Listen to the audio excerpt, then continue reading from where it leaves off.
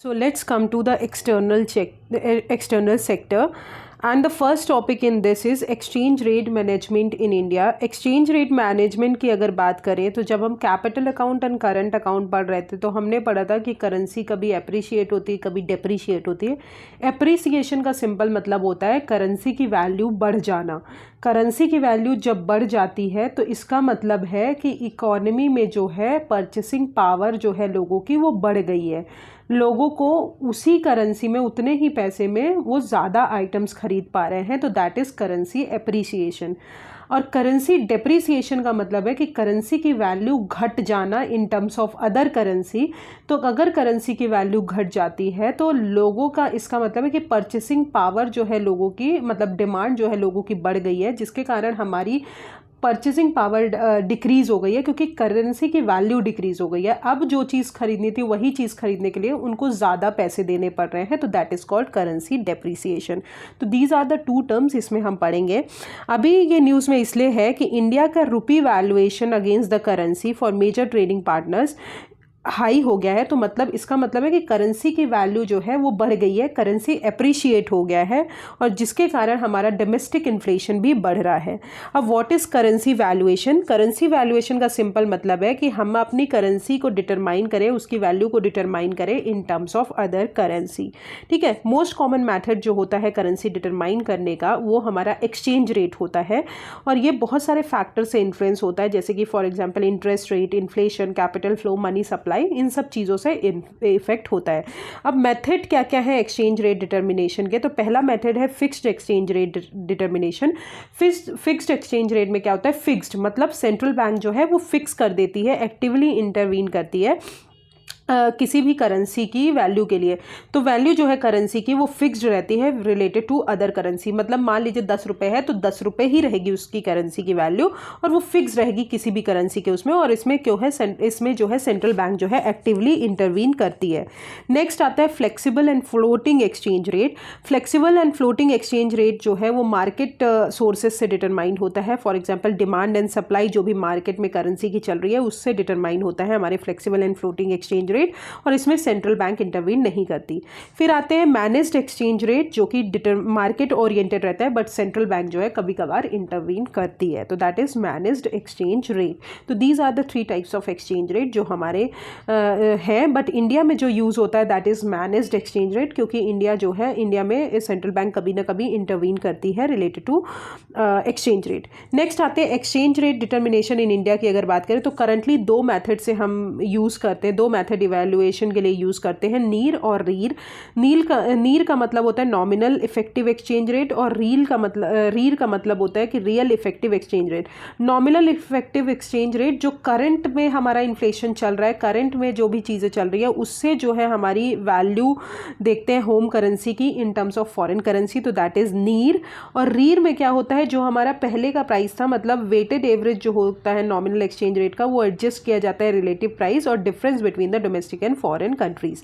Okay, तो रीर में inflation नहीं होता, नीर में हमारा इन्फ्लेशन काउंट होता है। Okay, so this is all about exchange rate.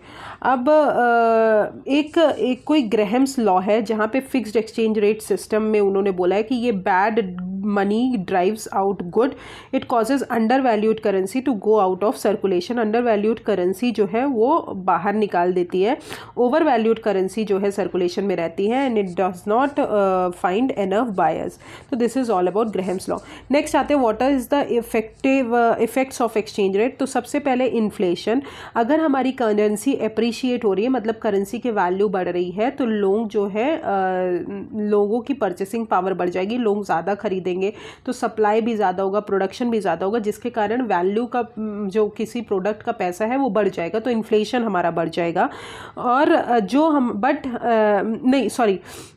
Over valued currency जो है इन्फ्लेशन कम करेगी, बट कैसे कम करेगी? By reducing the cost of imported goods. For example कोई भी गुड्स हम इंपोर्ट कर रहे हैं, अगर हमारी करेंसी की वैल्यू बढ़ गई है तो हमको कम पैसा देना पड़ रहा है उस प्रोडक्ट को ख़रीदने के लिए, तो इम्पोर्टेड गुड्स जो है उनका जो हमारा कॉस्ट है वो रिड्यूस हो जाएगा और हम इम्पोर्ट हमारा बढ़ जाएगा।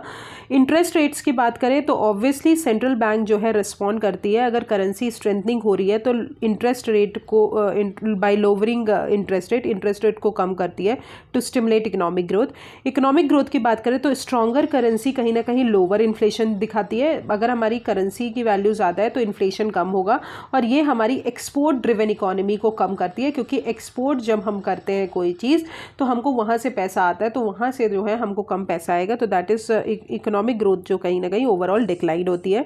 ट्रेड की बात करें तो स्ट्रॉन्गर करेंसी हमारे ट्रेड डेफिसिट में कंट्रीब्यूट करती है, एज एक्सपोर्ट हमारा डिक्रीज होता है, लेस कॉम्पिटिटिव बनता है। कैपिटल फ्लो की बात करें तो स्ट्रॉन्गर करेंसी जो है बहुत सारे डायरेक्ट इन्वेस्टमेंट को हमारे इंडिया में लाती है, बिकॉज इन्वेस्टर्स जो है वो ट्रस्ट करते हैं कि हमारी करेंसी जो है वैल्यूड है, अंडर वैल्यूड नहीं है। Okay, so this are the effects of exchange rate. Next आते हैं फॉरेन ट्रेड पॉलिसी 2023। तो union ministry of commerce and industry ने अभी फॉरेन ट्रेड पॉलिसी 2023 नोटिफाई की है।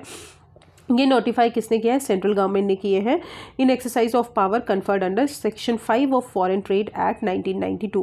अब ये किस प्रिंसिपल्स पे बेस्ड है? तो जितने भी हमारे ट्रेड के रिक्वायरमेंट्स हैं, उनके रिस्पॉन्सिवनेस है, ट्रस्ट है और पार्टनरशिप विद एक्सपोर्टर्स, उन पे बेस्ड है। FTP 2015-20 जो है वो एक्सटेंड किया गया था कोविड के कारण और पॉलिटिकल सिनेरियो के कारण, और इंडिया जो है अभी हाई एक्सपोर्ट परफॉर्मेंस में रीच कर चुका है। अब 4 पिलर्स हैं हमारे न्यू फ्री ट्रेड पॉलिसी के। पहला है टैक्स रेमिशन को बढ़ाना है। टैक्स रेमिशन का सिंपल मतलब है टैक्स धीरे धीरे हटाना है। ग्रेटर ट्रेड फैसिलिटेट करना है through technology, automation and continuous process. Export को प्रमोट करना है थ्रू कोलाबोरेशन एंड फोकस करना है इमर्जिंग एरियाज़ पे, जैसे ई-कॉमर्स एक्सपोर्ट हो गए, एक्सपोर्ट हब्स हो गए और पॉलिसीज़ हो गई बहुत सारी, उनमें हमको फोकस करना है। अब इंडिया की ट्रेड प्रोफाइल की अगर बात करें तो आप देख सकते हैं कि इंडिया का एक्सपोर्ट टारगेट जो है वो हमेशा बढ़ता चला गया है। तो अभी फाइनेंशियल ईयर 2023 में $760 बिलियन है। तो इंडिया का एक्सपोर्ट टारगेट की अगर बात करें तो $2 ट्रिलियन हमको करना है गुड्स एंड सर्विसेज का बाय 2030। तो याद रखिएगा $2 trillion for goods and services by 2030, this is the target of India. Next अगर इंडिया का ट्रेड बैलेंस की बात करें तो मर्केंटाइल ट्रेड डेफिसिट आप देख सकते हैं ऐसे है, ठीक है। फाइनेंशियल ईयर 2021-22 में कम था, बट अभी जो है हर चीज़ में ट्रेड जो है हमारा बढ़ा है, ट्रेड सरप्लस ही हुआ है। अब इंडिया के टॉप एक्सपोर्ट कमोडिटीज़ है जो इम्पॉर्टेंट है आपको। तो पहला टॉप एक्सपोर्ट जो इंडिया एक्सपोर्ट करती है, तो पेट्रोलियम प्रोडक्ट सबसे ज़्यादा एक्सपोर्ट करती है, फिर इलेक्ट्रॉनिक गुड्स हो गए, तीसरा राइस हो गया, fourth chemicals and fifth is drugs and pharmaceuticals. अब इंडिया के टॉप इंपोर्ट सोर्स नेशंस कहाँ है जहाँ से इंडिया इंपोर्ट करती है, मतलब जहाँ से इंडिया देती है? तो पहला है China, UAE, USA and Russia. And India के टॉप एक्सपोर्ट डेस्टिनेशन कहाँ से है जहाँ पे इंडिया एक्सपोर्ट करती है? USA, UAE, Netherland and China. Okay, so this is the things जो आपको याद करके रखना है। नेक्स्ट आते हैं trade facilitation and ease of doing business, free trade policy 2023। तो national committee on trade facilitation ने अभी फैसिलिटेट किया है कि हमको कॉम्प्लीमेंट और इम्प्लीमेंट करना है WTO rules related to trade facilitation agreement. अब WTO का ट्रेड फैसिलिटेशन एग्रीमेंट 2017 में आया था, जो कि बहुत सारे जो हमारे रेड टेप इश्यूज़ हैं रिलेटेड टू, मतलब रेड टेप इश्यूज़ का सिंपल मतलब होता है कि जहाँ पे भी हम कोई चीज़ सप्लाई कर रहे हैं और जहाँ से ला रहे हैं उसमें जो है हम कहीं ना कहीं धंधे मतलब कहीं ना कहीं करप्शन कर रहे हैं, तो that is red tapes across the border, और मूवमेंट ऑफ गुड्स को स्ट्रीमलाइन करना है। फिर initiative by directorate general of foreign trade, तो फैसिलिटेटर्स जितने भी एक्सपोर्ट और इंपोर्ट के उनके लिए है, और उन्होंने बोला है कि बहुत सारे एक्सपर्ट प्रमोशन काउंसिल और ट्रेड इंडस्ट्रीज बॉडीज से आपको कंसल्ट करना पड़ेगा। फिर एक निर्यात बंधु इसी में इम्प्लीमेंट किया गया है for new and potential exporters. Issuance of electronic importer exporter code, ये क्या है? 10 कैरेक्टर अल्फा न्यूमेरिक नंबर है जो कि अलॉट किया जाएगा हर एंटिटी को, और ये मैंडेटरी है अगर आप एक्सपोर्ट और इंपोर्ट एक्टिविटी कर रहे हैं तो। फिर सर्टिफिकेट ऑफ ओरिजिन, तो ऑनलाइन फैसिलिटी प्रोवाइड की गई है फॉर सर्टिफिकेट ऑफ ओरिजिन के लिए, ये एक यूनिक नंबर दिया जाएगा UDIN जैसा और QR कोड फॉर वैलिडेशन। फिर आते हैं टाउन्स ऑफ एक्सपोर्ट एक्सीलेंस, तो ये डेवलपमेंट जो भी हमारे ग्रोथ एक्सपोर्ट प्रोडक्शन सेंटर्स हैं उनके ग्रोथ और उनके डेवलपमेंट के लिए जितने भी सेलेक्टेड टाउन्स हैं जो भी गुड्स प्रोड्यूस कर रहे हैं उनको 750 करोड़ रुपीस दिया जाएगा, नोटिफाई किया जाएगा, और उनको नोटिफाई किया जाएगा as a TEE based on potential growth in export. Next अगर बात करें rationalisation of the criteria of status holder certificate, तो स्टेटस होल्डर सर्टिफिकेट जो है ये रिकग्नाइज किया जाएगा जितने भी हमारे एक्सपोर्टर फर्म्स हैं उनको बोला जाएगा एज अ बिजनेस लीडर जो हमारे इंटरनेशनल ट्रेड में बहुत ज़्यादा एक्सीलेंट है हैं और कंट्रीब्यूट कर रहे हैं इंडिया के फॉरेन ट्रेड में। Ministry of commerce and industry जो है एक सिस्टम बनाई है automatic status holder certificate under foreign trade policy 2023। So this is all about हमारा foreign trade policy and trade facilitation के लिए जो भी चीज़ें की हैं। अब प्रिविलेज ऑफ सर्टिफिकेट्स की अगर बात करें तो क्रेडिबिलिटी जो है वो कहीं ना कहीं एक्सपोर्टर्स को प्रोवाइड करते हैं। अगर सर्टिफिकेट प्रोवाइड कर रहे हैं इंटरनेशनल मार्केट में, प्रायोरिटीज़ देते हैं कि कस्टम क्लियरेंसेस और कुछ एग्जेम्पशंस भी उनको मिल सकता है। तो ये प्रिविलेजेस है अगर आप सर्टिफिकेट आपको मिल रहा है। नेक्स्ट आते हैं export promotion initiative by free trade policy 2023। तो district as export hub initiative, इसमें state export promotion committee and district export promotion committee बनाई गई है रिलेटेड टू एक्सपोर्ट प्रमोशन के लिए स्टेट और डिस्ट्रिक्ट में respectively. District export action plan जो है प्रिपेयर करेंगे कौन? District export promotion committee prepare करेगी with online monitoring. Export promotion outreach programme बनाया गया है हर डिस्ट्रिक्ट में कि आप ब्रांडिंग, पैकेजिंग, डिज़ाइन और इन सब पे फोकस करिए, जितने भी आइडेंटिफाइड प्रोडक्ट हों और सर्विसेज हैं। Convergence of ongoing schemes to support this initiative. फिर आते हैं export promotion of capital goods scheme, very important scheme. ये जो है जितने भी हमारे कैपिटल गुड्स है, कैपिटल गुड्स कौन कौन से होते हैं? जो मशीनरी हो गई, जो टेक्नोलॉजी हो गई, ठीक है, कंप्यूटर्स हो गए, व्हीकल्स हो गए, कंस्ट्रक्शन हो गए, इक्विपमेंट्स हो गए, ये हमारे कैपिटल गुड्स में काउंट होते हैं। तो जितने भी हमारे कैपिटल गुड्स हैं उनका इंपोर्ट को फैसिलिटेट करिए for producing quality goods and services और एनहांस करिए इंडिया का मैन्युफैक्चरिंग कॉम्पिटिटिवनेस। अब जितने भी अगर आप कैपिटल गुड्स इंपोर्ट कर रहे हो, अगर इंडिया कोई भी कैपिटल गुड्स इंपोर्ट कर रहा है तो उसमें जीरो कस्टम ड्यूटी, उसमें कोई भी कस्टम ड्यूटी नहीं लगेगी।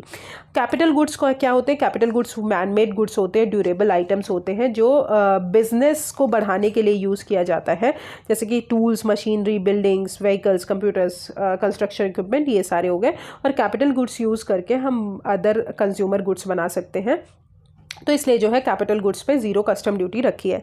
एलिजिबिलिटी की बात करें तो कौन कौन एलिजिबल है इस स्कीम के अंदर? तो manufacturer exporters, merchant exporters, service exporters जो हमारे कॉमन सर्विस प्रोवाइडर्स में सर्टिफाइड है बाय DGFT, ठीक है, DGFT के द्वारा कॉमन सर्विस प्रोवाइडर में सर्टिफाइड है। मैन्युफैक्चरर एक्सपोर्टर वो पर्सन होते हैं जो गुड्स को मैन्युफैक्चर करते हैं और बोलते हैं कि हम एक्सपोर्ट करेंगे गुड्स को। मर्चेंट एक्सपोर्टर वो पर्सन होते हैं जो ट्रेडिंग एक्टिविटीज़ में इन्वॉल्व रहते हैं, एक्सपोर्ट करते हैं हमारे एक्सपोर्ट्स गुड्स को। अब फिर आते हैं एक्सपोर्ट ऑब्लिगेशंस क्या क्या है? तो इंपोर्ट अगर आप इस स्कीम के अंदर कर रहे हो, export promotion of capital goods के अंदर, वो सब्जेक्ट वो जो है किसके अंदर रहेंगे? एवरेज एक्सपोर्ट ऑब्लिगेशन के अंदर काम करेंगे। हाउएवर सम सेक्टर्स जो हैं वो एग्जेम्प्टेड है कि एवरेज एक्सपोर्ट ऑब्लिगेशन से एग्जेम्प्टेड रहेंगे। एवरेज एक्सपोर्ट ऑब्लिगेशन की अगर बात करें तो कुछ कुछ प्रोडक्ट्स जो हैं जो भी आप इंपोर्ट कर रहे हो तो उसके अंदर जो है एग्जेम्पशन रहेगा, ठीक है, बट इनके रूल्स जो है फॉलो करेंगे।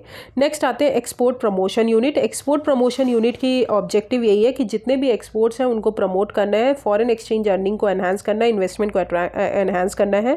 इसमें एलिजिबल यूनिट्स कौन कौन सी हैं? यूनिट्स जो हमारी एंटायर प्रोडक्ट जो है गुड्स एंड सर्विसेज का एक्सपोर्ट कर रहे हैं उनको सेटअप करना पड़ेगा export oriented unit scheme, electronic hardware technology park scheme, software technology park scheme for biotechnology park scheme के अंदर जो है ये करेंगे। और ट्रेडिंग यूनिट्स जो हैं वो इसमें कवर्ड नहीं है, याद रखिएगा, जो ट्रेड करते हैं वो कवर्ड नहीं है। नेक्स्ट आते हैं डीम्ड एक्सपोर्ट। डीम्ड एक्सपोर्ट क्या होता है? डीम्ड एक्सपोर्ट वो ट्रांजैक्शन होते हैं जिसमें गुड जो है हमारी कंट्री को लीव नहीं करते, हमारी विद इन अ कंट्री जो है जो भी गुड्स एक्सपोर्ट और इंपोर्ट हो रहे हैं और उसके लिए सब पेमेंट्स जो है वो इंडियन रुपीज़ में की जा रही है या फिर किसी भी अलग एक्सचेंज, अलग करेंसी में की जा रही है। इन सिंपल टर्म्स बताएं तो गुड्स जो है विद इन इंडिया सोल्ड होते हैं और किसी को भी सोल्ड किया जाता है जो लाइसेंस होल्ड करते हैं कि वो इम्पोर्ट कर सकते हैं इन गुड्स को। अब सेलर जो भी इन गुड्स को सेल कर रहे हैं against an import licence is deemed exporter और बायर जो है वो डीम्ड इंपोर्टर होंगे। ऑब्जेक्टिव की बात करें तो ऑब्वियसली लेवल प्लेइंग फील्ड बढ़ाना हमारे डोमेस्टिक मैन्युफैक्चरर्स के लिए और मेक इन इंडिया को प्रमोट करने के लिए। So this is all about deemed exporter, export promotion unit, export promotion of capital good scheme and district as export hub initiative. Next आते हैं अदर की इनिशिएटिव जो हमारी फॉरेन ट्रेड पॉलिसी में, free trade policy में लाए गए हैं। तो पहला है promoting cross border trade in digital economy. उसके लिए सबसे पहली स्कीम है ई कॉमर्स एक्सपोर्ट हब। तो ई कॉमर्स एक्सपोर्ट हब में हमको डेजिग्नेटेड एरियाज़ को ई कॉमर्स एक्सपोर्ट हब डिक्लेयर करना है जो एक्ट करेगी एज अ सेंटर कि वो इंफ्रास्ट्रक्चर और फैसिलिटीज़ बढ़ाएगी, बिजनेस बढ़ाएगी cross border e commerce activities के लिए। ई कॉमर्स एक्टिविटीज़ वो होते हैं जो हमारी इंटरनेट के थ्रू जो भी ई कॉमर्स, जो हमारे फ्लिपकार्ट हो गए, अमेज़ॉन हो गए, जो हमारे गुड्स सेल और बाय कर रहे हैं, तो वो हमारी ई कॉमर्स हो गए। क्रिएशन की अगर बात करें तो ई कॉमर्स एक्सपोर्ट हब कौन सेटअप करेंगे? कोई भी प्राइवेट इनिशिएटिव सेटअप किया जा सकता है या फिर पब्लिक प्राइवेट पार्टनरशिप के द्वारा सेटअप किया जा सकता है। नेचर क्या होगा उनके ऑपरेशन का? वो एग्लोमरेशन बेनिफिट की तरह वर्क करेंगे, अचीव करना है, like certification, testing facility, dedicated logistic infrastructure, ये सारी चीज़ें। एंटाइटलमेंट की बात करें तो उनको फाइनेंशियल असिस्टेंस प्रोवाइड किया जाएगा under market access initiative scheme. Okay, next आते हैं promotion of e commerce export through postal route. तो डाक घर निर्यात केंद्राज जो है वो खोला जाएगा थ्रू आउट द कंट्री, जो कि हब एंड स्पोक मॉडल की तरह वर्क करेंगे विद फॉरेन पोस्ट ऑफिसेज, जो क्रॉस बॉर्डर ई कॉमर्स को फैसिलिटेट करेंगे। नेक्स्ट आते हैं duty exemption and remission schemes. Advance authorisation इसमें सबसे पहला है। एडवांस ऑथराइजेशन का सिंपल मतलब होता है कि जितने भी इंपोर्ट्स हैं अंडर एडवांस ऑथराइजेशन वो एग्जेम्प्टेड होंगे, कि उनको basic custom duty, additional custom duty, education cess, anti dumping duty, countervailing duty, ये सब जो है नहीं पे करना पड़ेगा। ठीक है, क्या होता था, जितने भी इंपोर्ट्स हमारे आते थे उनमें ये सब कुछ ना कुछ ड्यूटीज़ पे करनी पड़ती, बट जितने भी इंपोर्ट हमारे एडवांस ऑथराइजेशन के अंदर आ रहे हैं उनको जो है ये ड्यूटीज़ नहीं पे करनी पड़ेगी। अब ड्यूटी फ्री इंपोर्ट ऑथराइजेशन, तो ड्यूटी फ्री इंपोर्ट ऑथराइजेशन जो है वो एग्जेम्प्टेड है only from the basic custom duty. याद रखिएगा कि आपको बेसिक कस्टम ड्यूटी नहीं पे करना पड़ेगा। फिर scheme for रेमिशन of duties and taxes on exported product, तो ऑब्वियसली इसका ऑब्जेक्टिव है कि जितना भी रिफंड करंटली अनरिफंडेड ड्यूटीज़, टैक्सेस और लेवीज है सेंट्रल, स्टेट और लोकल लेवल पे, वो एक्सपोर्टेड प्रोडक्ट जो है वो बॉन्ड करेंगे। ये नोटिफाई किया है department of commerce, ministry of commerce and industry, और ये एडमिनिस्टर कौन करेंगे? Department of revenues and ministry of finance. तो ये जितनी भी स्कीम रेमिशंस वाली और ड्यूटी एग्जेम्पशंस वाली लाई जानी है वो एक्सपोर्ट प्रमोशन के लिए लाई जानी है, क्योंकि हमारे इंडिया में एक्सपोर्ट प्रमोशन ज़्यादा हो और हमारा करंट अकाउंट डेफिसिट जो है वो हमारा सरप्लस में हो जाए। नेक्स्ट आते हैं special chemical organism materials equipment technology. Regulation जो है इनका ऑफ डुअल यूज़ आइटम्स, जो डुअल यूज़ आइटम्स है अगर बात करें तो in consonance with guideline and control list of international convention obligation as well as multilateral export control regimes, India ने रेगुलेट किए हैं अपने डुअल यूज़ आइटम्स को। एक्सपोर्ट जो है इंडिया का डुअल यूज़ आइटम का, उनको उसके एक्सपोर्ट को रेगुलेट किया है। न्यूक्लियर रिलेटेड आइटम्स जो है उनको भी रेगुलेट किया है, including software and technology under the special chemical organism material equipment technologies. या तो इसमें बोला कि या तो ये प्रोहिबिटेड है या परमिटेड है under authorisation unless specifically exempted.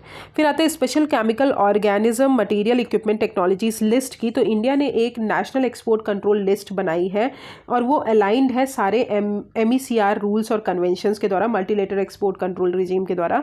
ये जितने भी आइटम्स हैं वो रेगुलेट किए जाएंगे under the weapon of mass destruction and there delivery act 2005। Imported जो भी गुड्स हम इम्पोर्ट कर रहे हैं under the special chemical organism material equipment technologies list, वो परमिटेड नहीं है फॉर द एक्सपोर्ट। तो जितने भी हम केमिकल्स, मटीरियल, ऑर्गेनिज्म, जितने भी टेक्नोलॉजीज हम न्यूक्लियर वेपन्स हम इंपोर्ट कर रहे हैं वो सारे हमारे परमिट नहीं है एक्सपोर्ट के लिए। ठीक है, इंपोर्टेड प्रोडक्ट्स को परमिट नहीं किया गया है एक्सपोर्ट के लिए, बाकी सब चीज़ें परमिट है। नेक्स्ट आते हैं आउटरीच प्रोग्राम फॉर दिस। ये ऑर्गेनाइज करेंगे DGFT in association with administrative departments, trade associations for effective awareness among exporters and importers, जो हमारे ट्रेड और मैन्युफैक्चर के साथ डील करेंगे in particular with related to this items. अब आते हैं हमारे स्कॉमेट आइटम्स कौन कौन से हैं। Nuclear materials, nuclear related other materials, equipment and technology, और इसकी लाइसेंसिंग अथॉरिटी और जुरिडिक्शनल किसके पास है? Department of atomic energy. फिर toxic chemicals agent and other chemicals, director general of foreign trade उनके अंडर है। Micro organism and toxins DGFT general के अंदर है। Material processing equipments and related technologies DGFT के अंदर आते हैं। Nuclear related other equipment technology and not controlled under category 0 DGFT के अंदर आते हैं। Aerospace system equipment including production and test equipment related technology, ये सारे भी DGFT। फिर mutation list department of production और मिनिस्ट्री ऑफ डिफेंस के अंदर। रिजर्व्ड लिस्ट भी DGFT के अंदर, और special material and related equipment, material processing and electronics, computer, ये सारे भी DGFT के अंदर आते हैं। So these are SCOMET items, और वो जुरिडिक्शन और लाइसेंसिंग अथॉरिटी किसके अंदर आते हैं वो भी हमने देख लिया। Okay, so this is all about हमारा अदर की इनिशिएटिव्स बाई FTP। नेक्स्ट आते हैं free trade agreements of India. Free trade agreements की अगर बात करें तो इंडिया ने बहुत सारी कंट्रीज़ के साथ बायलैटरल इन्वेस्टमेंट एग्रीमेंट साइन किया है, ट्रीटी साइन की है। तो अभी रिसेंटली ये न्यूज़ में इसलिए है कि यूनियन कैबिनेट ने रेटिफिकेशन कर दिया है बायलैटरल इन्वेस्टमेंट ट्रीटी का विथ UAE, ठीक है, तो यूनाइटेड अरब एमिरेट्स के साथ। अब types of free trade agreement, free trade agreement symbol मतलब है हम जितना भी ट्रेड कर रहे हैं कंट्रीज़ के बीच में वो फ्री हो, ठीक है। तो अब types of free trade agreement में 4-5 टाइप्स के फ्री ट्रेड एग्रीमेंट आते हैं। फर्स्ट है इकोनॉमिक यूनियन। इकोनॉमिक यूनियन का सिंपल मतलब है कि कॉमन मार्केट होना चाहिए जहाँ पे मेंबर्स अपने मॉनेटरी और फिजिकल पॉलिसीज़ को भी एक्सचेंज कर पाएँ। कॉमन मार्केट आता है उसके बाद, ये एक कस्टम यूनियन है जहाँ पे मेंबर अलाउ करते हैं कि आप गुड्स और कैपिटल्स मतलब लेबर और कैपिटल दोनों का मूवमेंट कर सकते हो। फिर आते हैं कस्टम यूनियन। मेंबर ये apply a common external tariff for non members. जितने भी नॉन मेंबर्स हैं अगर वो कस्टम यूनियन जितने भी मेंबर्स हैं अगर वो कस्टम यूनियन बनाते हैं तो जितने भी नॉन मेंबर्स हैं कस्टम यूनियन का पार्ट नहीं है उनके लिए वो एक सेम एक्सटर्नल टैरिफ रखेंगे। फिर फ्री ट्रेड एग्रीमेंट्स आते हैं। मेंबर अपने टैरिफ्स को रिड्यूस करते हैं on trade among themselves. Preferential trade agreement तो कुछ ड्यूटीज़ रिड्यूस करते हैं on agreed number of product. तो जितने भी प्रोडक्ट्स हैं कुछ प्रोडक्ट्स पे ड्यूटीज़ को रिड्यूस करते हैं। So this is all about types of free trade agreement. अब बायलैटरल इन्वेस्टमेंट ट्रीटी की बात करें तो बायलैटरल इन्वेस्टमेंट ट्रीटी एक रेसिप्रोकल एग्रीमेंट है जो हमारे इन्वेस्टर्स को प्रोटेक्शन प्रोवाइड करती है by national of one company in one state to another state, ठीक है। तो बायलैटरल इन्वेस्टमेंट ट्रीटी का सिंपल मतलब है कि जितने ये एक ट्रीटी है, इन्वेस्टमेंट ट्रीटी है जहाँ पे एक कंट्री अगर किसी कंट्री में इन्वेस्ट कर रही है तो उसको प्रोटेक्शन प्रोवाइड करते हैं। So this is all about BIT। और ये इन्होंने बोला कि इंटरनेशनल रिलेशन वाली PT 365 निकालेंगे तो उसमें और अच्छे से बताएंगे, तो उसमें हम देखेंगे। अब आते हैं free trade agreement. Free trade agreement का सिंपल मतलब है ये एक ट्रीटी है बिटवीन 2 और मोर कंट्रीज जो हमारे बैरियर्स है, ट्रेड बैरियर्स, उसको एलिमिनेट करेगी और रिड्यूस करेगी। FTA यूजुअली हमारे कवर करते गुड्स एंड सर्विसेज बोथ। अब फ्री ट्रेड एग्रीमेंट जो है intellectual property right, investment, government procurement और कॉम्पिटिशन पॉलिसी ये सब भी कवर करते हैं। फ्री ट्रेड एग्रीमेंट जो है एसेंशली एक डिस्क्रिमिनेटरी सिस्टम है in contrast to fundamental principle of WTO। FTA जो है ऑथराइज्ड है under the WTO। Country FTA में एंटर कर सकती है फ्री ट्रेड एग्रीमेंट में अगर वो ऑब्जर्व कर रही है कि सर्टेन कंडीशन जो है हमारी WTO एग्रीमेंट से रिलेटेड है, रेलिवेंट है। अब इंडिया का फ्री ट्रेड एग्रीमेंट की बात करें तो इंडिया ने 13 कंट्रीज़ के साथ 13 FTA साइन किए हैं बहुत सारी कंट्रीज़ के साथ, जैसे कि Sri Lanka, Nepal, Bhutan, Thailand, Singapore, south Korea, Japan, Malaysia, इन सब के साथ। और एक्सपोर्ट जो है इन कंट्रीज़ में विथ विच इंडिया जो है फ्री ट्रेड एग्रीमेंट शेयर कर रहा है उसका ग्रोथ जो है 20.75% है इन लास्ट 5 ईयर्स। अब recent development free trade agreement से रिलेटेड क्या क्या है, तो पहला है innovation design. For first time India ने एक डिजिटल ट्रेड जो है फ्री ट्रेड एग्रीमेंट के अंदर साइन किया है with UAE। Addressing NTB recently FTA like Australia, India also address the non tariff barriers. Services sectors पे फोकस किया गया है। Natural trading partners, good degree of complementary trade basket रखा गया है। इंडिया और आसियान का फ्री ट्रेड एग्रीमेंट जो है वो उन्होंने बोला है कि हम एग्जिस्टिंग फ्री ट्रेड एग्रीमेंट को फिर से रिव्यू करेंगे in goods by 2025। So this is all about free trade agreement. Next आते हैं global trade barriers. Global trade barriers की बात करें तो WTO ने अभी बोला है कि जितना भी इंटरनेशनल ट्रेड है WTO के अंदर चल रहा है, बहुत सारे कंसर्न रेज किए जा रहे हैं related to WTO performing and everything trade related things से रिलेटेड। 2015 से 2022 में बहुत ज़्यादा कंसर्न्स बढ़ गए हैं। अब ट्रेड बैरियर्स होता क्या है? ट्रेड बैरियर का सिंपल मतलब है कोई भी रेगुलेशन, कोई भी पॉलिसी जो हमारे ट्रेड को रिस्ट्रिक्ट करे, इंटरनेशनल ट्रेड को रिस्ट्रिक्ट करे या रोके। स्पेशली टैरिफ लगाते हैं, कोटाज लगाते हैं, लाइसेंस लगाते हैं। तो जितना भी ट्रेड चल रहा है उसको अगर हम रिस्ट्रिक्ट कर रहे हैं तो that comes under trade barriers. अब 2 टाइप के ट्रेड बैरियर्स होते हैं, टैरिफ बैरियर्स और non tariff barriers. Tariff barriers जो है जनरली हम टैक्स जब लगाते हैं किसी भी ट्रेड में, इंपोर्ट या एक्सपोर्ट कर रहे हैं और जो हमारा कंज्यूमर को पैसा देना पड़ता है ऑफ इम्पोर्टेड गुड्स, तो उसको टैरिफ बैरियर्स बोलते हैं। फॉर एग्जाम्पल 2 कंट्रीज़ हैं, A और B कंट्रीज़ है। B जो है अगर A कंट्री से कुछ इम्पोर्ट कर रही है तो B को जो है वो कुछ टैरिफ पे करना पड़ेगा कंट्री A को, तो that comes under the tariff barriers. Non tariff barriers वो पॉलिसी मेजर्स होते हैं जो टैरिफ के बाद होते हैं अगर कोई कंट्री इंपोर्ट कर रही है। फॉर एग्जांपल ये जो है आर्बिट्री होते हैं, साइंटिफिक ज्यूरिडिक्शन के बियॉन्ड होते हैं और हल्डर क्रिएट करते हैं हमारे ट्रेड के लिए। अब अंकटेड जो है UN conference on trade and development, उन्होंने 16 टाइप्स के नॉन टैरिफ बैरियर्स को क्लासिफाई किया है। Example technical barriers like sanitary and phytosanitary measures, non technical barriers like rules of origin, trade related investment measures and export related measures. Okay, next आते हैं what is the impact of trade barriers on Indian industry. तो according to the assessment अगर बात करें तो India का 80% जो trade है is subject to non tariff barriers. कि इंडियन एक्सपोर्ट आइटम्स कौन कौन से हैं जहाँ पे हाई नॉन टैरिफ बैरियर्स लगता है। टी हो गया, बासमती राइस हो गया, एनिमल प्रोडक्ट्स हो गए, केमिकल प्रोडक्ट्स जो यूरोपियन यूनियन को भेजते हैं। फिर sesame seed, shrimps, medicines, apparels to Japan, meat, fish, dairy, industrial product to China and fruit and shrimps to USA. Sanitary and phytosanitary measures are main constraints जो है Indian export sector के लिए environment economy में है। अब United nation conference and trade and development की बात करें, ये एक रिपोर्ट रिलीज करती है, ट्रेड एंड डेवलपमेंट रिपोर्ट 2023, और ग्लोबल इकोनॉमिक आउटलुक भी रिलीज करती हैं और इंडिया की इकोनॉमिक प्रोजेक्शन भी किया है इन्होंने। अंकटेड की बात करें तो इन्होंने ये जो है इस्टेब्लिश हुई थी, यूनाइटेड नेशन जनरल असेंबली ने इस्टेब्लिश किया था 1964 में। ये एक परमानेंट इंटर गवर्नमेंटल बॉडी है अंडर द यूनाइटेड नेशन। इसमें 195 मेंबर्स हैं इंक्लूडिंग इंडिया, और ये 4 मेन एरियाज पे वर्क करती है, trade development, investment, technology innovation and macro economics and developing policies. इनका फंक्शन ये है कि जितनी भी कंट्रीज हमारे ट्रेड में परफॉर्म कर रही हैं वो इक्विटेबली परफॉर्म करें, डेवलपिंग कंट्रीज भी इक्विटेबली परफॉर्म करें, और सपोर्ट करते हैं डेवलपिंग कंट्रीज को related to finance, technology, trade, investment, और उनका सस्टेनेबल डेवलपमेंट करते हैं। अब व्हाट आर द रिपोर्ट्स, आपके लिए एग्जाम पॉइंट ऑफ व्यू से जो इंपॉर्टेंट है कि कौन कौन सी रिपोर्ट जो अंकटेड रिलीज करती है। तो पहला है trade and development report, world investment report, digital economy report, technology and innovation report, review of maritime transport. तो these are the reports released by UNCTAD. Next आते हैं world trade organization. World trade organization बहुत important body है, तो India ने अभी appeal किया है, world trade organization dispute settlement body ने अभी इंडिया से रिलेटेड जो है एक रूलिंग पास की थी कि इंडिया ने जो है zero tariff commitment under information agreement जो है उसको वॉयलेट किया है। तो इंडिया ने इसके अगेंस्ट अभी अपील किया है। अब WTO, सबसे पहले हम WTO क्या है हम वो देख लेते हैं। तो वर्ल्ड ट्रेड ऑर्गेनाइजेशन ये एक ग्लोबल फोरम है, जो हमारे ओनली ग्लोबल फोरम है जो हमारे ट्रेड में डील करती है, इंटरनेशनल ट्रेड के रूल्स एंड रेगुलेशंस बनाती है। ये हमारे नेगोशिएशंस, ट्रेड नेगोशिएशंस फैसिलिटेट करती है, इम्प्लीमेंटेशन करती है जितने भी ट्रेड एग्रीमेंट्स हैं उनको, और डिस्प्यूट सेटल करती है। मैराकेश एग्रीमेंट आया था जिन्होंने WTO को इस्टेब्लिश किया था 1994 में at the conclusion of Uruguay round, और WTO जो है वो सक्सेसर किसका है, general agreement on tariff and trade का। तो पहले गैट था, गैट को हटा के फिर WTO लाया गया, क्योंकि गैट के अंदर बहुत सारी चीज़ें कवर नहीं होती थी।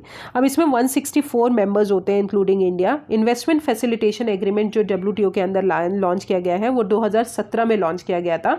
बहुत सारी डेवलपिंग और लेस डेवलप्ड कंट्रीज़ जो है उन्होंने मिलकर लॉन्च किया था, और ये एक जॉइंट इनिशिएटिव है जहाँ पे डेवलपिंग और multilateral agreement on investment facilitation for development और इन्वेस्टमेंट और बिजनेस क्लाइमेट को इम्प्रूव करने के लिए। और इसमें जो है इन्वेस्टमेंट फैसिलिटेशन एग्रीमेंट में हमारा इंडिया पार्टिसिपेट नहीं करता, इंडिया जो है इसमें नहीं आता है, याद रखिएगा। Okay, so this is all about WTO। Next आते हैं की WTO एग्रीमेंट्स क्या क्या है। तो सबसे पहले trade facilitation agreement, GATS general agreement on trade in services, फिर agreement on trade related investment measures, फिर agreement on application of sanitary and phytosanitary measures, agreement on technical barriers to trade, trade related aspect of intellectual property right, and agreement of agriculture. So this is all about key WTO agreements. अब what is the dispute settlement at WTO? तो 2 main veg है जहाँ पे हम dispute settle कर सकते हैं once a complaint has been filed in WTO। अगर एक बार कंप्लेंट फाइल हो गई WTO में तो 2 टाइप से हम अपनी डिस्प्यूट को सेटल कर सकते हैं। पहला, पार्टीज जो है वो म्यूचुअली एग्री करके डिसाइड कर ले कि हम दोनों को डिस्प्यूट सेटल करना है और ये प्रॉब्लम्स है, ये सॉल्यूशंस है। Next, through adjudication including the subsequent implementation of panel and appellate body reports. अब 3 मेन स्टेजेस हैं WTO में डिस्प्यूट सेटल करने के लिए। पहला है दोनों पार्टीज एक दूसरे से कंसल्ट कर ले, ये बोथ साइड्स जो है अगर डिस्प्यूट रिजॉल्व नहीं कर रही है तो मैटर जो है अगर कि दोनों साइड डिस्प्यूट को रिजॉल्व नहीं कर पा रही हैं थ्रू कंसल्टेशन, तो कोई भी पार्टी जो है अप्रोच कर सकती है for the establishment of dispute settlement panel. दूसरा है एडजुडिकेशन बाय पैनल्स। पैनल्स जो है जिसकी रूलिंग और रिपोर्ट जो है वो चैलेंज की जाएगा at WTO appellate body. At present अगर बात करें तो फंक्शनिंग जो है एपिलेट बॉडी की इम्पैक्ट हो गई है बिकॉज USA ने बहुत सारी अपॉइंटमेंट्स को ब्लॉक कर दिया है। नेक्स्ट है implementation of the ruling which includes possibility of counter measures in event of failure by parties in implementing the ruling. Okay, so this is all about the dispute settlement system. Next आते हैं developing country status. तो WTO के अंदर अगर बात करें तो WTO के अंदर कोई भी ऐसा फ्रेमवर्क नहीं है, डेफिनेशन नहीं है कि किसको डेवलपिंग कंट्री डिक्लेयर करेंगे और किसको डेवलप्ड कंट्री। ये हर कंट्री के ऊपर डिपेंड करता है कि वो किसी भी कंट्री को डेवलप्ड या डेवलपिंग कंट्री दे सकता है, अनाउंस कर सकते हैं। यूनाइटेड नेशन के अंदर भी कोई भी फॉर्मल डेफिनेशन नहीं है डेवलपिंग कंट्रीज़ की, बट वो स्टिल ये टर्म यूज़ करते हैं मॉनिटरिंग पर्पसेस के लिए। और लेजिस्लेशन ने अभी इनेबल किया कि US policy against granting China developing country status जो है वो कहीं ना कहीं हमारी बहुत सारी चीज़ों को इफ़ेक्ट करेगा। तो it has been asserted that China जो है वो डेवलपिंग कंट्री नहीं है। अब चाइना जो है ऑलरेडी डेवलप कंट्री है, क्योंकि आपको पता है बहुत सारी चीज़ें चाइना के अंदर बहुत डेवलप्ड तरीके से हो रही हैं, इसलिए जो है ये बोला गया है। So this is all about WTO and the dispute settlement body और WTO। नेक्स्ट आते हैं डी-डॉलराइजेशन। डी-डॉलराइजेशन की बात करें तो Brazil, Russia, India, China and South Africa, that is BRICS nation. BRICS nation ने अभी बोला है कि एक न्यू करेंसी बनाएंगे फॉर क्रॉस बॉर्डर पेमेंट्स। अब ब्रिक करेंसी जो है ये यूज़ की जाएगी क्रॉस बॉर्डर ट्रेड के लिए, और इंडिया और मलेशिया ने एग्री किए हैं कि वो जो भी ट्रेड करेंगे वो इंडियन रुपीज़ में करेंगे in addition to current modes of settlement in other currencies. और ये मेजर स्टेप है टुवर्ड डी-डॉलराइजेशन। डी-डॉलराइजेशन का सिंपल मतलब है कि जितना भी हम ट्रेड कर रहे हैं वो डॉलर्स में ना करके हम किसी अदर करेंसी में करें और डॉलर का यूज़ जो है उसको रिड्यूस करें, वो उसका मतलब है डी-डॉलराइजेशन। अब डिटर्मिनेंट्स ऑफ ग्लोबल करेंसी की बात करें तो open economy, politico economic stability, capital account convertibility, acceptability and trust.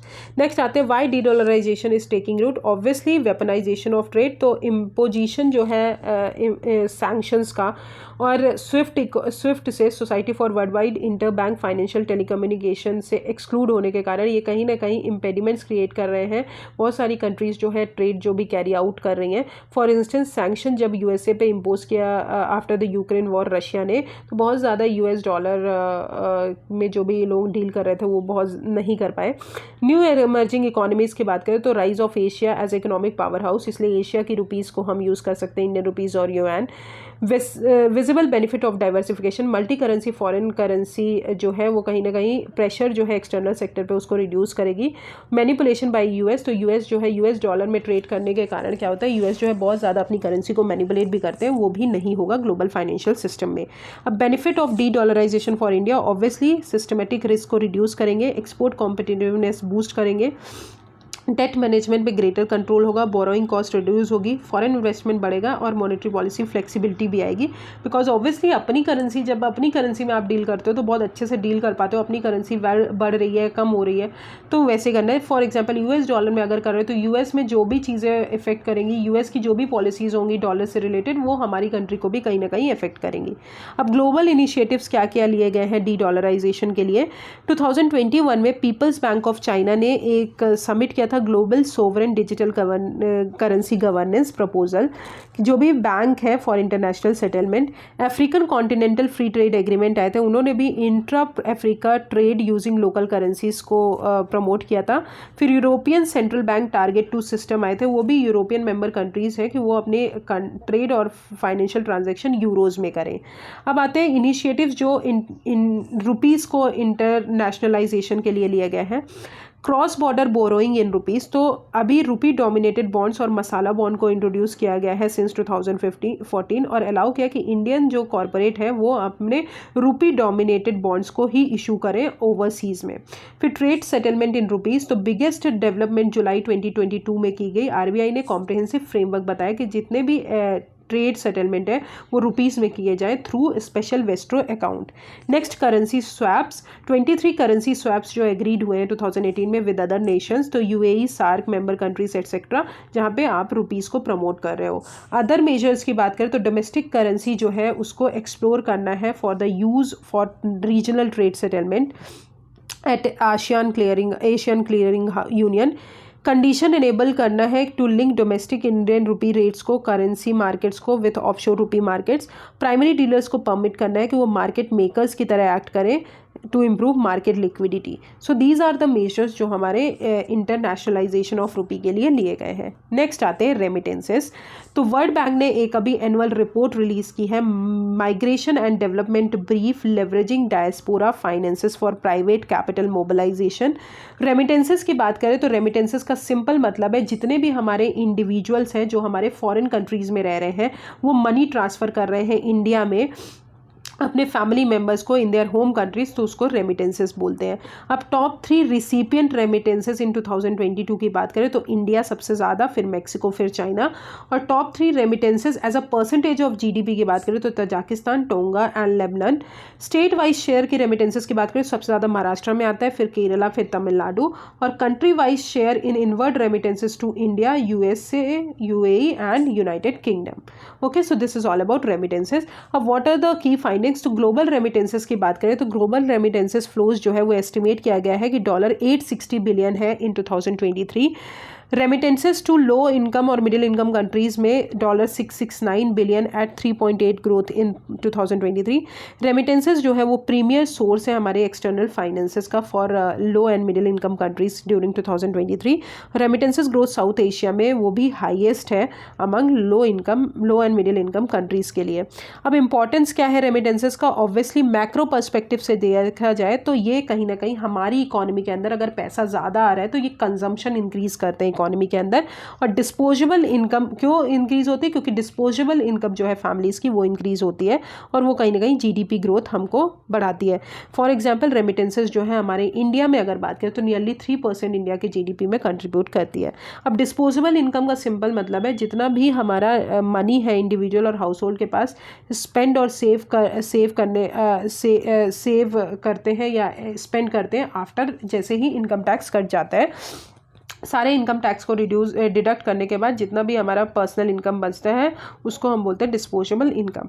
Major source of external finances for developing countries की बात करें तो रेमिटेंसेस जो है सेकंड लार्जेस्ट मेजर सोर्स है for external financing after service export.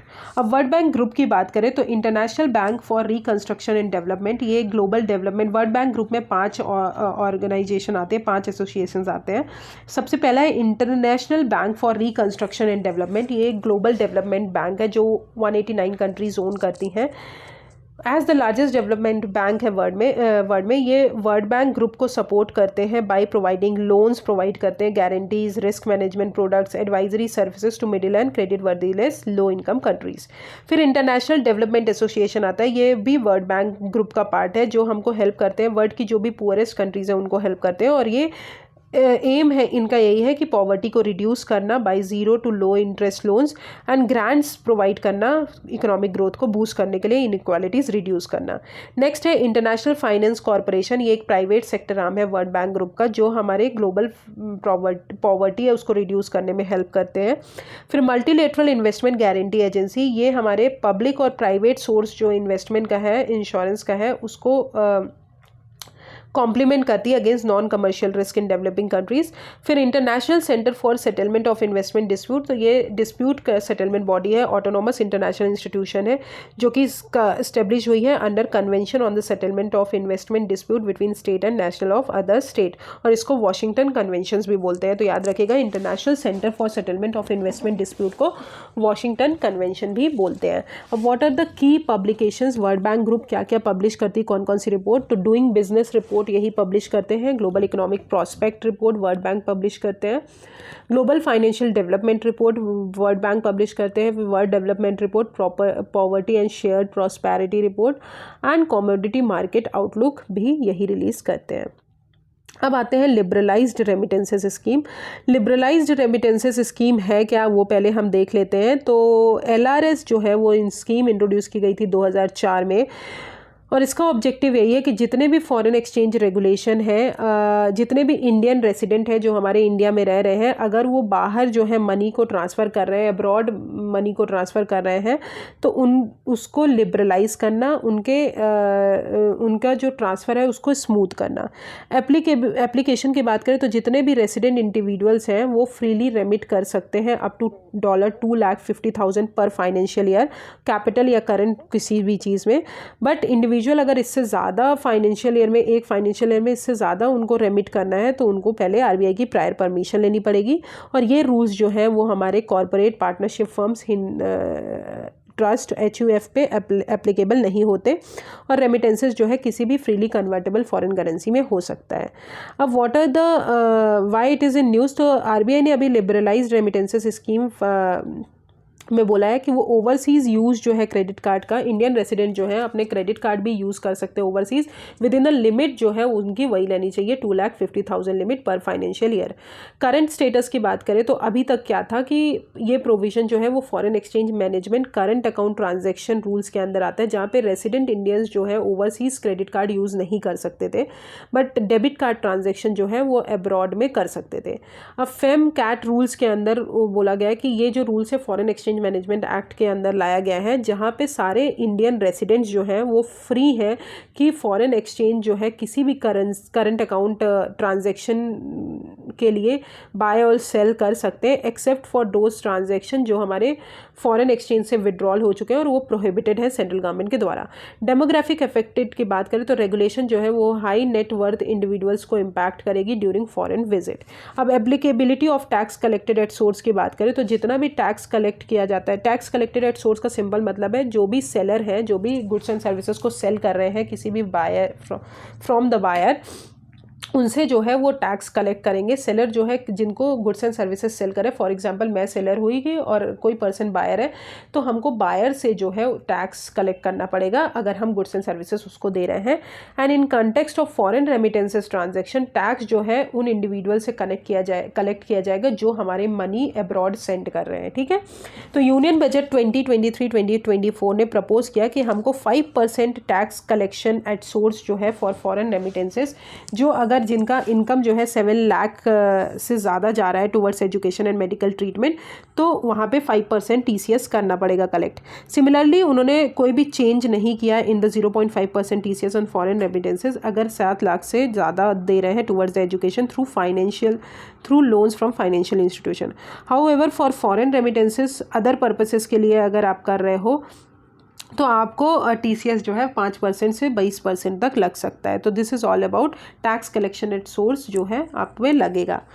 Next आते हैं what is the prohibited versus permissible remittances. तो प्रोहिबिटेड रेमिटेंसेज में जहाँ पे आप रेमिटेंसेज नहीं प्रोवाइड कर सकते, तो जो भी पर्पस हमारे प्रोहिबिटेड है अंडर द शेड्यूल 1 ऑफ और schedule 2 of FEM CAT rules, trading in forex abroad नहीं कर सकते, कैपिटल अकाउंट रेमिटेंसेज जो है उन कंट्रीज़ को नहीं भेज सकते जो हमारी फाइनेंशियल एक्शन टास्क फोर्स के अंदर नॉन कोऑपरेटिव कंट्रीज़ हैं उनको, उन इंडिविजुअल्स और एंटिटीज़ जो हमारे कहीं ना कहीं टेररिज्म बढ़ा रही हैं उन पे आप नहीं सेंड कर सकते रेमिटेंसेज, और for gifting to another resident in foreign currency. Permissible remittances क्या है, प्राइवेट विजिट किसी भी कंट्री में अगर कर रहे हो except Nepal and Bhutan, gift और डोनेशंस, एम्प्लॉयमेंट जनरेट करने के लिए, इमिग्रेशन के लिए जा रहे हो, क्लोज रिलेटिव से अब्रॉड मेंटेन कर रहे हो वहाँ पे, ट्रैवल कर रहे हो फॉर बिजनेस एंड कॉन्फ्रेंस और स्पेशलाइज ट्रेनिंग और फॉर मेडिकल एक्सपेंसेस, और पढ़ रहे हो अगर बाहर, तो उन पे जो है एप्लीकेबल रेमिटेंसेज जो है परमिसेबल होगा। नेक्स्ट आते हैं credit rating agencies. Credit rating agencies की बात करें तो अभी रेटिंग एजेंसी मूडीज़ ने एफर्म किया है Baa3 रेटिंग ऑन इंडिया को, और इंडिया को बोला है कि स्टेबल है इंडियन इकोनॉमी स्टेबल है। अब ग्लोबल क्रेडिट रेटिंग एजेंसीज की बात करें तो ये sovereign rating access the creditworthiness जो है कंट्रीज़ की दिखाते हैं इन्वेस्टर्स के लिए। ये कवर करते हैं मोर देन $66 ट्रिलियन इन सोवरेन डेब्ट, और क्रेडिट रेटिंग एजेंसीज जो है वो गेट कीपर की तरह वर्क करती हैं।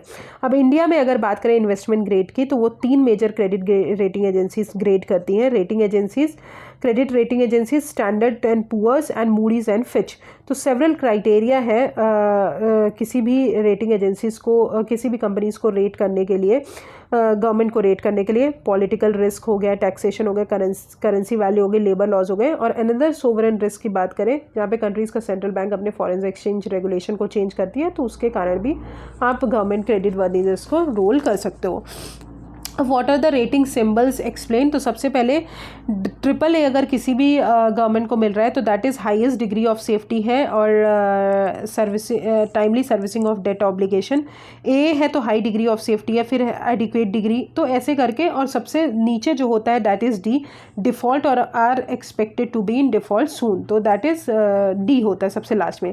अब रोल क्या है क्रेडिट रेटिंग एजेंसी का, जो भी इन्वेस्टर हमारे यहाँ इन्वेस्ट कर रहे हैं उनके इन्वेस्टमेंट को इन्फॉर्म करना कि वो डिसीजंस जो है सही ले पाए, एंटिटीज़ को एनकरेज करना कि वो टाइम पे करें, depict likelihood of the borrower to default. कैसे आप अगर पुअर कंट्रीज़ में आप क्रेडिट वर्दीनेस अगर पुअर है किसी भी गवर्नमेंट का तो आप वहाँ जाके इन्वेस्ट ना करिए।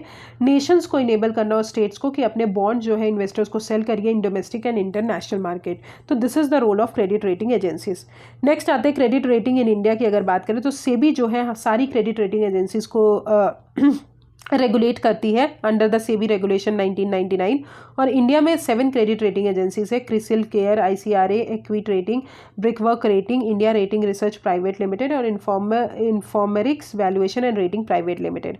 अब ये क्या करती हैं, मार्केट पार्टिसिपेंट्स को एम्पावर करती हैं कि आपको पास इन्फॉर्मेशन रहे कि आपको इन्वेस्ट करना है या नहीं करना है, फाइनेंशियल मार्केट को ग्रो करने में हेल्प करती है, और इवेल्युएट करती है, एक्सेस करती है इंडिविजुअल्स कंपनीज का credit worthiness. Okay, so this is all about credit rating in India and credit rating global.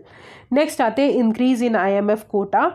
तो इंटरनेशनल मॉनेटरी फंड की अगर बात करें तो अभी international monetary fund executive board ने अप्रूव किया है कि IMF कोटा को वो इंक्रीज़ करेंगे। अब IMF कोटा की अगर बात करें तो वो क्या होता है उससे पहले हम देख लेते हैं। तो कोटाज जो है वो बिल्डिंग ब्लॉक्स हैं IMF के फाइनेंशियल और गवर्नेंस स्ट्रक्चर का। तो IMF के पास पैसा कहाँ से आता है, इंटरनेशनल मॉनेटरी फंड जो है इसमें बहुत सारी कंट्रीज़ हैं जिनके अंदर फंड कहाँ से आता है, जब हमारी ये कोटा के थ्रू हमारा फंड आता है। अब कोटाज जो है किस में डिटरमाइंड होते हैं, स्पेशल ड्रॉइंग राइट्स में डिटरमाइंड होते हैं। स्पेशल ड्रॉइंग राइट्स में बहुत सारी करेंसीज आती हैं जिसके थ्रू हमको पैसा मिलता है। IMF का यूनिट ऑफ अकाउंट है। अब यूज़ ऑफ कोटाज अगर बात करें तो कोटा का यूज़ किस लिए किया जाता है, ऑब्वियसली जो भी हमारे मेंबर हैं उनके बीच में रिसोर्स कंट्रीब्यूट करते हैं, जितने भी मेंबर हैं वो कंट्रीब्यूट करते हैं रिसोर्स। वोटिंग पावर आपके कोटा के अकॉर्डिंग ही मिलेगी। तो 1 वोट अगर कोई मेंबर कर रहा है तो SDR 100,000 of quota plus basic votes मिलेंगे। अमाउंट ऑफ लोन कितना मेंबर ले सकता है वो भी कोटा डिसाइड कर सकता है, और जनरल एलोकेशन SDR का वो भी कोटा ही डिसाइड करते हैं। अब इंडिया का करंटली कोटा जो है वो 2.75% है और वोटिंग राइट कितना है 2.63% है। ओके, नेक्स्ट आते हैं अब what is the quota increase क्या क्या है। तो IMF का कोटा का फॉर्मूले में 4 चीज़ें आती है। पहली है इकोनॉमिक वेरिएबिलिटी, कितना इकोनॉमिक वेरिएबल है 15%। इंटरनेशनल रिजर्व्स को 5% दिया गया है। GDP को 50% दिया गया है कंट्रीज की GDP को, और ओपननेस टू ग्लोबल इकोनॉमी को 30% दिया गया है। ठीक है, अब आते हैं तो अभी बोर्ड ने प्रपोज किया कि 50% कोटा को इंक्रीज करेंगे जो भी मेंबर्स को एलोकेट किया जा रहा है in proportion to current quotas, और ये प्रपोजल जो है कंसीडर किया जाएगा और वोट किया जाएगा बाय बोर्ड ऑफ गवर्नर्स, जब उन्हीं के बाद जो है ये इफेक्टिव में आएगा। अब सिग्निफिकेंस क्या है, ऑब्वियसली फाइनेंशियल स्टेबिलिटी प्रोवाइड करना ग्लोबल में, और रिलायंस जो है बोरोड रिसोर्सेज पे उस पर कम करना। करंटली अगर बात करें तो फंड जो है वो बायलैटरल बोरोइंग एग्रीमेंट्स के थ्रू उस पर रिलाई करता है और प्लेज करते हैं कि क्राइसिस लेंडिंग फंड जो है called new agreement arrangement to borrow for nearly 60% of his lending resources. Okay, so this is all about IMF quota. Next come to what is international monetary fund. International monetary fund जो है वो Bretton Woods conference हुआ था 1944 में, वहाँ पे found किया गया था। और कंट्रीज़ जो IMF को पहले कंट्रीज़ को क्या करना है, पहले IMF को ज्वाइन करना है फिर वर्ल्ड बैंक को ज्वाइन करना है। कंट्रीज़ जो IMF को ज्वाइन नहीं करती वो वर्ल्ड बैंक के लिए एलिजिबल नहीं होती। जैसे ही कंट्रीज IMF को ज्वाइन कर लेंगी वो वर्ल्ड बैंक ग्रुप के लिए एलिजिबल हो जाएंगी। हेडक्वार्टर इनका वॉशिंगटन डीसी में है। आईएमएफ के 3 क्रिटिकल मिशंस हैं, इंटरनेशनल मॉनेटरी कोऑपरेशन बढ़ाना, एक्सपैंड करना ट्रेड एंड इकोनॉमिक ग्रोथ, और डिस्करेज करना पॉलिसीज़ को जो हमारी कहीं ना कहीं प्रॉस्पेरिटी को हार्म कर रही हैं। इसमें 190 मेंबर्स आते हैं इंक्लूडिंग इंडिया। और कनेक्शन की बात करें तो ये क्लोजली अदर ग्रुप से भी कनेक्ट करते हैं, कोऑपरेट करते हैं, फॉर एग्जाम्पल G20, और सपोर्ट करते हैं G20 एफर्ट्स को भी। और इनकी जो की रिपोर्ट है वो वर्ल्ड इकोनॉमिक आउटलुक और global financial stability report IMF ही रिलीज़ करते हैं। Okay, so this is the end of external sector. I will start agriculture tomorrow. Thank you so much. If you have any problem, just comment me on the comment section. Thank you.